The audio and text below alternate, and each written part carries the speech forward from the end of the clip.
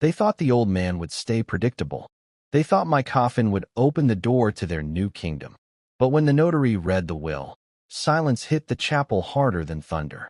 Every eye turned to the stranger in the back row, my neighbor, Michael Reed. And in that moment, my children realized the inheritance they had worshipped for years had slipped through their greedy fingers. The funeral home smelled of lilies and cheap coffee, a dull, artificial comfort. My kids sat in the front pew, black clothes pressed, faces rehearsed for sympathy. I knew them too well. The tight lips, the restless glances toward one another, the way they calculated who might ask about the estate. They weren't mourning me. They were waiting for the payout. I'd seen it building for years. Their questions about property value, the subtle way they'd count the rooms when they visited, the offhand comments about when the house is ours.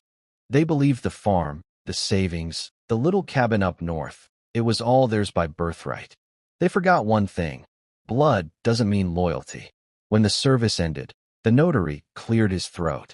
The scrape of chairs echoed in the small chapel. He unfolded the papers like he was peeling back skin. According to the last will and testament of Robert Dawson, my name drifted through the air like smoke. My children leaned forward. All properties, savings, and possessions shall be transferred to Michael Reed. The air collapsed. A chair leg scraped sharply against the tile. My daughter's voice broke first. "What did you just say?" The notary adjusted his glasses. "Michael Reed. Address, Maple Street.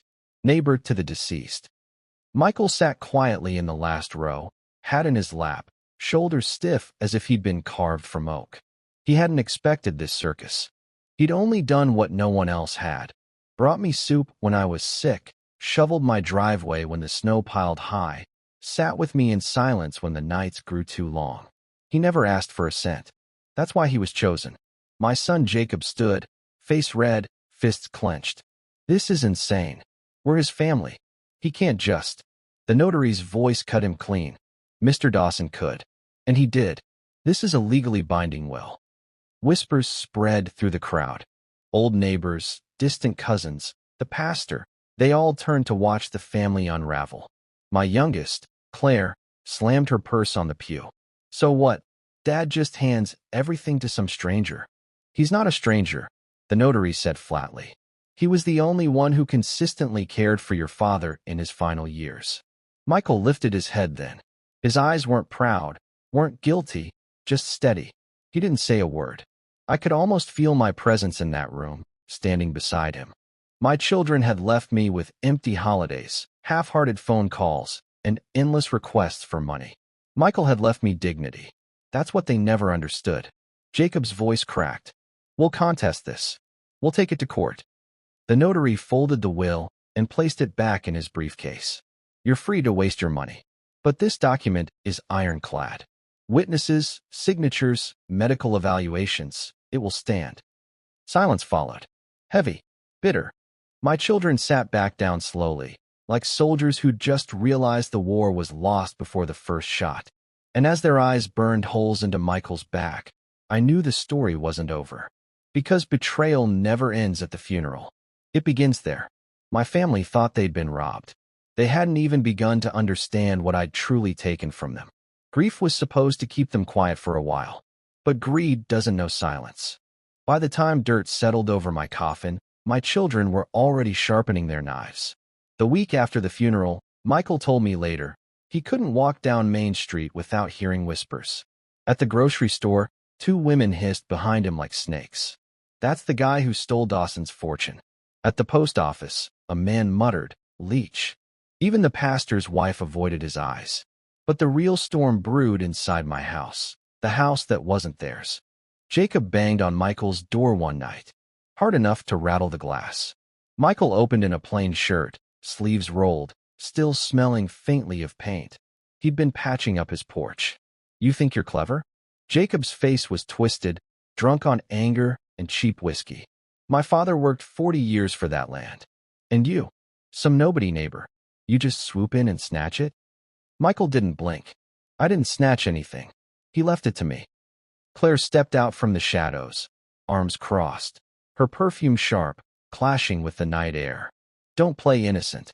You manipulated him." Old men get confused. You filled his head with poison. Michael's jaw tightened. Your father was sharp until the day he died. He knew exactly what he was signing. Jacob shoved him against the doorframe. We'll take you apart in court. You'll wish you never met him. Michael didn't raise his voice. That was his weapon, calm when others raged. Go ahead. Contest it. The will has medical clearance, 3 witnesses, and video testimony. He planned for your tantrum. Their faces faltered, just for a second. 3 days later, the lawyer's office sent each of them a sealed envelope. Inside wasn't money. No deed. No keys. Just letters. Jacob, it said, you cared more about what I owned than who I was. You treated me like a bank, not a father. That's why the bank is closed to you. Claire, hers read, you visited only when you needed. You couldn't sit with me for one quiet evening, but you could list every possession in my house. Now you can keep your lists. They're worth nothing. The words were short, sharp, deadly. My voice carried from the grave. Michael told me he found them standing outside the lawyer's office, letters crumpled in their fists, faces pale like paper. No fight left in them that day, just shock. But shock curdles into rage. That night, someone hurled a rock through Michael's window. The glass exploded across his living room, scattering among the photographs of his late wife and the books he kept by the lamp. On the rock, a note was taped. Thief, this isn't over. Michael swept the shards into a pan slowly, methodically. He told the sheriff he didn't see who did it. But he knew. And so did I.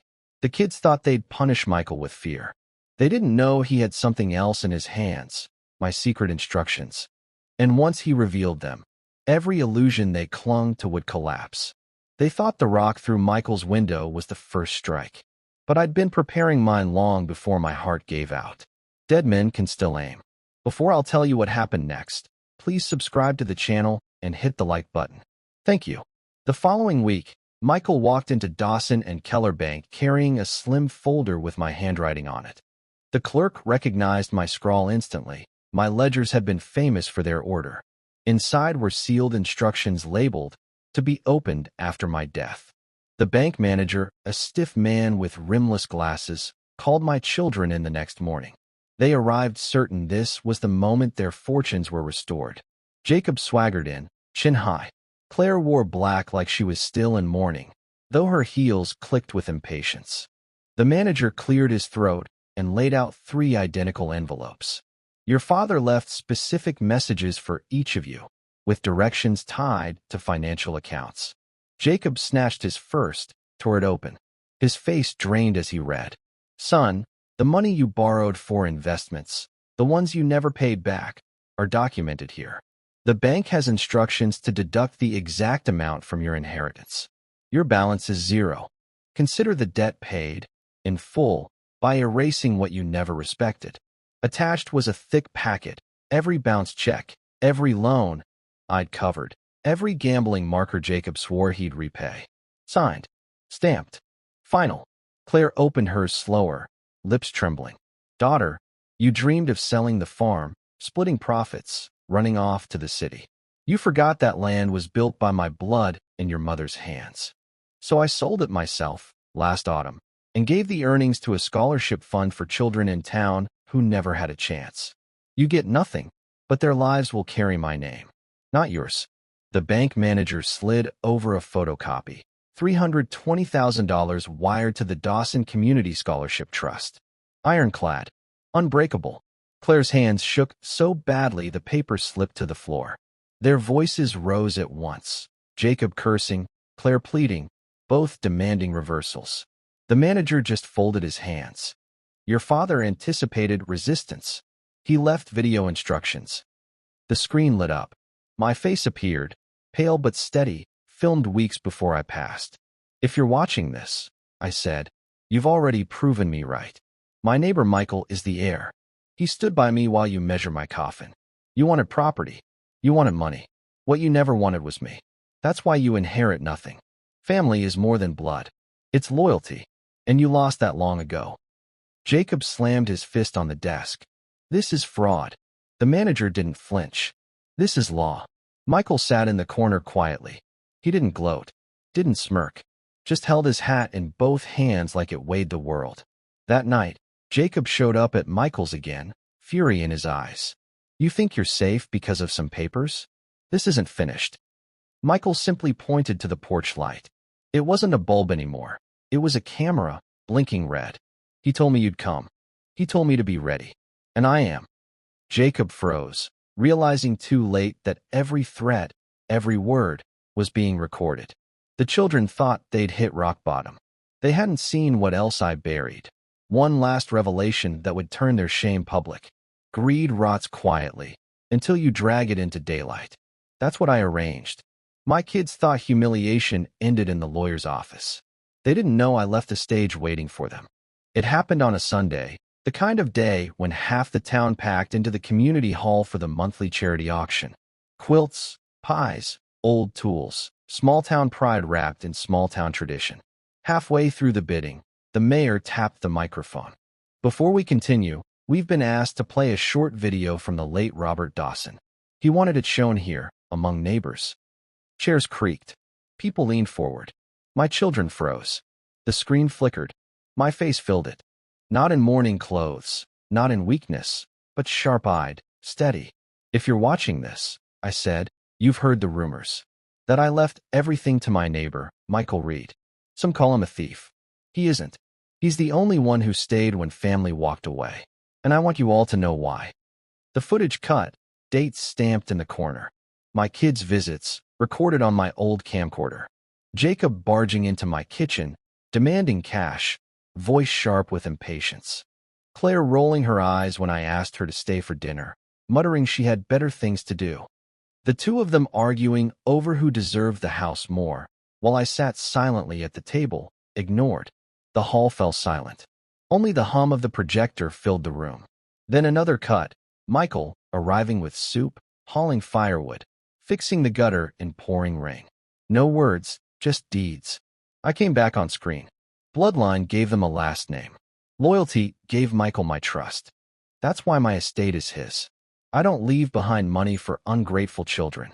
I leave behind proof that love isn't measured in inheritance. The video ended. The lights came up. Gasps. Whispers. Heads turning toward Jacob and Claire. Jacob's face went crimson. That's edited. He twisted everything. Claire stood, her voice brittle. You people don't understand. He was confused, old, manipulated. But no one listened. The crowd shifted, pulling away from them like water receding from a sinking ship. Old friends, neighbors, church members, they all turned cold. Michael sat near the back, his hands folded. He didn't smile. He didn't need to. The town did it for him. Afterward, outside in the brittle autumn air, Jacob grabbed Michael's arm. You'll pay for this. You think this town's opinion matters? I'll find another way to break you. Michael calmly pulled his sleeve free. Every threat digs you deeper. And he planned for that too. Jacob's eyes flickered, uncertain for the first time. They thought the public shame was the end. But the next envelope, still unopened, waited at the courthouse. And inside it was a secret that would destroy what little reputation they had left. The town's whispers didn't break them. They walked through humiliation like wolves through smoke, snarling, teeth bared, still hungry. But I knew wolves never stop until you cut the ground out from under them. That's why I left one last trap sealed at the courthouse. Monday morning, Judge Harper's chambers smelled of old books and lemon polish. Michael sat alone at the wooden bench, hat in hand, when Jacob and Claire stormed in with their lawyer, a slick man in a too-bright tie who thought confidence could outweigh facts. This whole circus, Jacob barked, is a fraud. We demand discovery. We demand the will be overturned. The judge, gray-haired, with eyes like flint, raised a hand. Before this goes further, I have something that may clarify. Mr. Dawson deposited an envelope with my clerk 2 months before his death. It is marked to be opened only if his heirs challenge his testament. The room stilled. Even Michael looked surprised. The clerk slid a thick manila envelope across the desk. The judge broke the seal with a practiced hand. Papers spilled out, typed, signed, notarized. On top, my handwriting, for when my children pretend to be innocent. The first document, Jacob's gambling debts. Pages of IOUs, copies of bounced checks, even screenshots of text messages begging me for just one more loan. The judge's brow furrowed deeper with each page. Mr. Dawson was thorough. Jacob's lawyer stammered. Irrelevant, private matters. Not irrelevant. The judge cut him off. These debts explain motive. Your father covered them repeatedly. His estate was never safe in your hands. Jacob's face turned ashen. He tried to snatch the papers, but the judge held them high, iron in his grip. The second document, Claire's emails, printed word for word. Her to a realtor. Once Dad's gone, we'll sell the farm immediately. Don't tell him yet. He's stubborn, but it'll be mine soon. Gasps filled the room. The realtor had signed an affidavit at my request, verifying the messages. Claire's mouth opened and closed, but no sound came. The judge tapped the pages. You intended to liquidate property before you even had rights to it. Premeditated exploitation. Michael sat silently, but he could feel the weight shifting. It wasn't just my word anymore. It was evidence, stacked and stamped. Then came the final sheet. A DVD in a clear sleeve taped to the back. The judge slid it into a laptop. The screen flickered, and once again, my face appeared. I leaned forward, voice steady. If my children are watching this, it means they've decided my life's work is theirs by entitlement. Let me be clear. You were my children by blood, but strangers by choice. You sold my time, my patience, my love, for scraps of money. So I sold my trust, and I gave it to the man who earned it, Michael Reed. I paused, then leaned back in the chair. To ensure clarity, I gathered proof of your greed. These papers are copies. The originals are stored with the bank and may be released publicly if you continue. Consider this your final warning.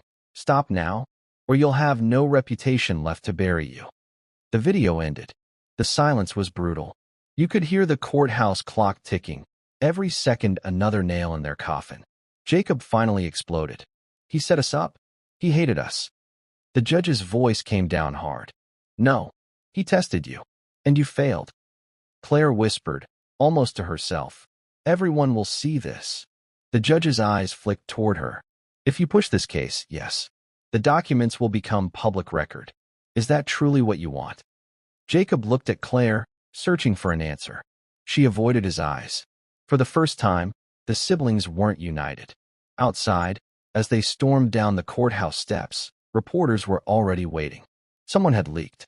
Cameras flashed. Questions flew. Jacob, is it true you owe over $80,000 in gambling debts? Claire, did you really try to sell your father's land before his passing? Michael, how does it feel to be chosen over blood family? Michael shielded his eyes from the sun. I didn't take anything. He gave it, because I was there when they weren't. His voice was steady, unshaken, the words slicing through the chaos like clean glass. The siblings shoved past the crowd, faces hidden, but the damage was done. By dinner time, the town knew everything. That night, Michael sat in his kitchen, the shattered window repaired, the envelopes spread before him. He poured himself black coffee, staring at my handwriting one more time. Robert, he murmured into the quiet, you didn't just leave me your land. You left me your war. And he was right, because Jacob and Claire weren't finished. The humiliation had burned them raw. And raw wolves are the most dangerous. They had lost the house, the money, the town's respect. But rage doesn't stop at losing. The siblings were about to strike back, not with lawsuits, but with something darker. When you strip greedy people of money, they don't cry. They plot. And when you strip them of reputation, they don't repent. They sharpen their claws. Michael told me later that the first sign wasn't the slashed tires. It was the silence. For a week after the courthouse, Jacob and Claire disappeared from town. No arguments in the diner. No loud footsteps at the bar. No hissing behind his back in the grocery aisle. People thought maybe the shame had broken them. Michael knew better. Wolves don't vanish. They crouch. The attack came on a Wednesday night. Michael had just turned off the porch light when he heard gravel crunch under tires. 2 cars. Too slow for strangers, too deliberate for neighbors. He grabbed the baseball bat leaning by the door, an old habit from his coaching days. Through the window, he saw shadows moving around his truck. A hiss of air. Then another. Tires flattening. By the time he stepped outside, Jacob's voice cut through the dark. "You think you're the big man now? Living in our house?" Michael's jaw set. "It's not yours." Claire's laugh was sharp, cracked glass in the night. "We'll make sure it won't be yours either." One of Jacob's friends, big, broad-shouldered, kicked at the fence until the wood split. Another smashed a bottle against the porch rail, shards scattering like ice. Michael stood on the top step, bat in hand. He didn't swing. Not yet. His voice was low, controlled. "Walk away. You're only proving him right." But Jacob wanted to fight. He lunged, fist raised, drunk breath cutting the night. The bat cracked down on the railing, splintering wood an inch from Jacob's arm. The sound echoed like a gunshot. Jacob froze. For one heartbeat. Even the night seemed to hold its breath. Michael didn't move closer. "Next time, it won't be the railing." Claire grabbed Jacob's sleeve, pulling him back toward the car. "Not now," she hissed. But her eyes burned with a promise. This wasn't finished. The sheriff arrived an hour later, called by a neighbor who'd heard the shouting. He wrote his notes, measured the damage, shook his head. "Reed, you want me to press charges?" Michael glanced at the broken fence, the slashed tires, the bat still in his hand. His gut told him charges wouldn't stop them. It would only fuel them. "No," he said. "Not yet." The sheriff sighed. "Suit yourself. But men like that don't back off easy. You call me next time here?" Michael nodded, though he knew calling wouldn't save him when wolves decided to bare their teeth. The next strike came quieter. Subtle. Michael's boss at the hardware store called him into the office. "Mike, I don't know what's going on, but I've had 3 calls this morning. Folks saying you cheated Robert Dawson out of his property. Saying you used some trick to steal his will." Michael's hands curled into fists. "And you believe that?" The boss looked uncomfortable. "I know you. But rumors, they spread. Customers don't like drama." Michael left with his jaw tight, the weight of my children's poison trailing behind him. At night, he found another envelope on his porch. No return address. Inside, photographs. Him at the bank, him walking with the sheriff, him fixing the broken fence. Grainy, taken from a distance. A note scrawled across the last photo. "You don't belong here." Before I'll tell you what happened next, please subscribe to the channel and hit the like button. Thank you. Michael didn't sleep that night. He sat at the kitchen table, coffee gone cold, my old ledgers stacked beside him. He opened one, ran his hand over my handwriting. He could almost hear my voice. "Don't fight rage with rage. Fight it with proof." So he started writing. Times, dates, every thread, every shadow. He documented like I used to, methodical, patient. But even as he wrote, the unease grew. This wasn't just about property anymore. Jacob and Claire weren't after inheritance. They were after erasure. The final blow came Friday evening. Michael returned home to find the back door forced open, hinges bent.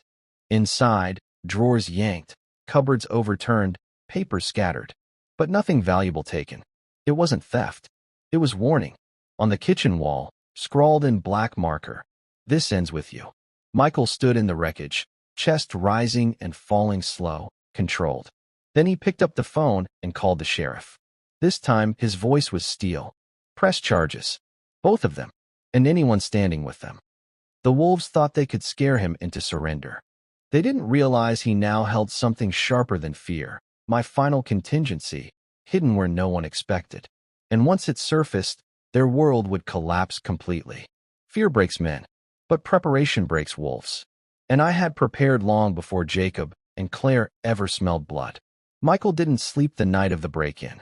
He sat at the kitchen table while the sheriff's cruiser lights faded down the road, his hands resting on one of my ledgers. Not the accounts of grain sales or land expenses. No, this was the special one. The one I'd kept locked in a drawer for 20 years. The leather cover was cracked, corners chewed by time, but inside the pages were crisp.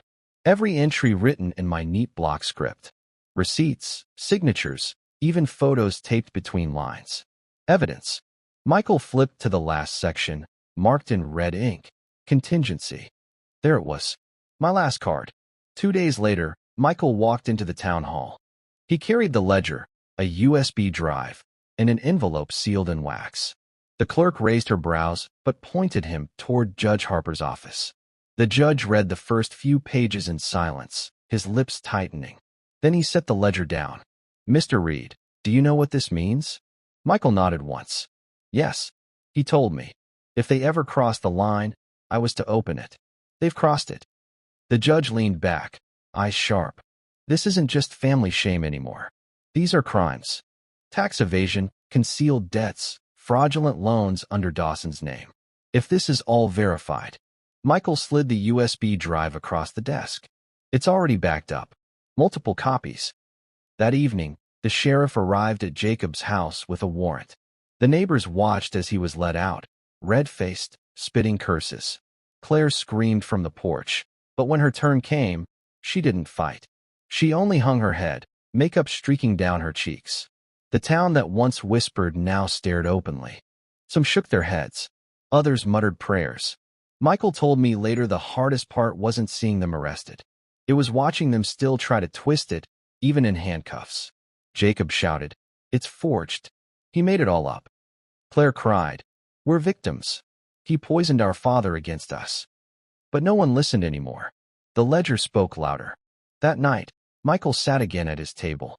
He lit a single candle, opened the ledger to the final page. There, in my hand, were the last words I left him. "If they burn everything, let the truth be the fire that consumes them." He closed the book gently, as though it were my hand he was holding. The children thought handcuffs were the end. They didn't know trials reveal more than crimes. They reveal character. And soon, the whole town would see their true faces stripped bare. The courthouse smelled like dust and varnish, the kind of scent that clings to old wood and old secrets. Every step across the marble floor echoed as if the building itself was listening. People crowded into the benches, neighbors, coworkers, even folks from towns over. Everyone wanted to see the Dawson children face what they had sown. Jacob strutted in first, jaw clenched, shoulders squared like a man marching into battle. But his eyes betrayed him, darting left, right, searching for sympathy and finding none. Claire followed, dressed in black, pearls at her neck, mascara already thick around her eyes as if she'd planned the tears in advance. Their lawyer trailed behind, thin briefcase in hand, the kind of man who thought smooth words could erase hard facts. Michael sat at the very back, hat folded in his hands. He didn't wear pride on his face, didn't invite attention. He just carried himself steady, like a man who had nothing to prove and nothing to hide. The prosecutor wasted no time. He stacked the evidence on the table like bricks: my ledger, the USB drive, the bank transfers, notarized statements. Each thud of paper on wood was a nail hammered into my children's coffin. "Ladies and gentlemen," he began, "this is not just a dispute over inheritance. This is a pattern of fraud, deception, and abuse against a man who gave everything for his family and was repaid with greed." The words landed heavy. People shifted in their seats, glancing at Jacob and Claire, waiting for them to flinch. Witnesses filed in one by one. The realtor testified first, voice calm, steady. "Yes, Claire Dawson contacted me before her father passed. She was clear about wanting to sell the farm immediately. She told me, quote, 'Once Dad's gone, it's ours.'" Gasps rippled through the gallery. Claire shook her head violently, whispering lies. But the printed emails were passed to the jury. Her own words stared back at her in black ink. Next came the bartender. "I saw Jacob plenty. He bragged about his inheritance paying his gambling debts. Told anyone who'd listen that he was about to come into money." Jacob sneered, "Drunks don't make witnesses." But then the prosecutor held up copies of IOUs with Jacob's signature, debts covered in my careful handwriting. The bartender just crossed his arms and said, "Looks sober enough to me." Then came the scholarship board chair.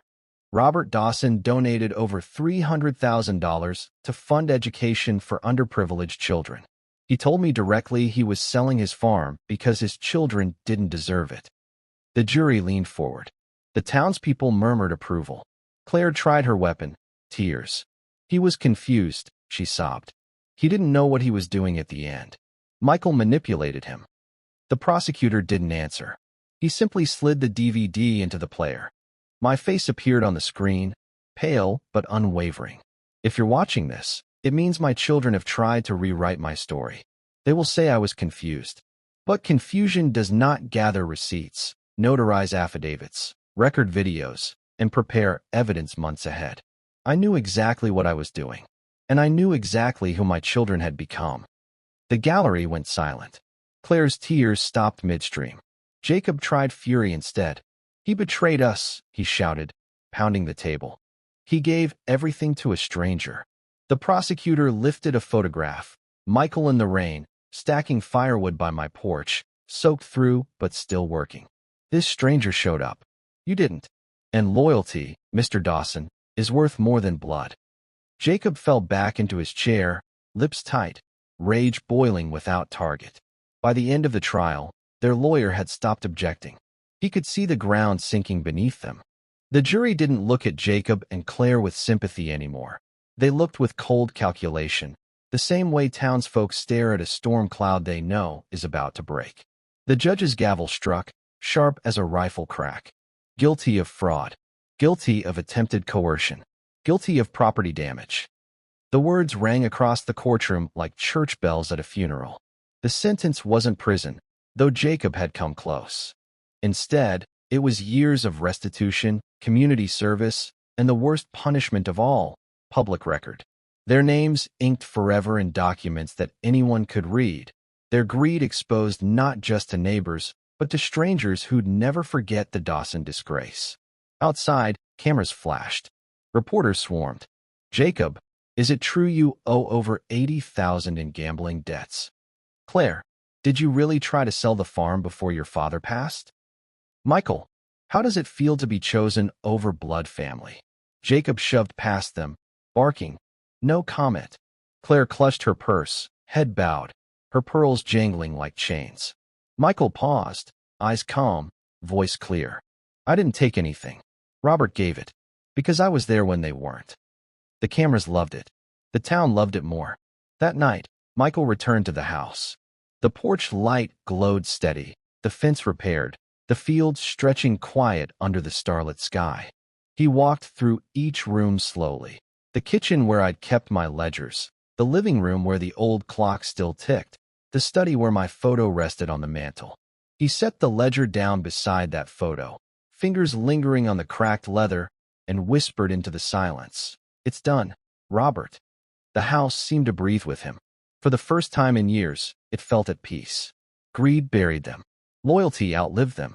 And that was the inheritance they never saw coming.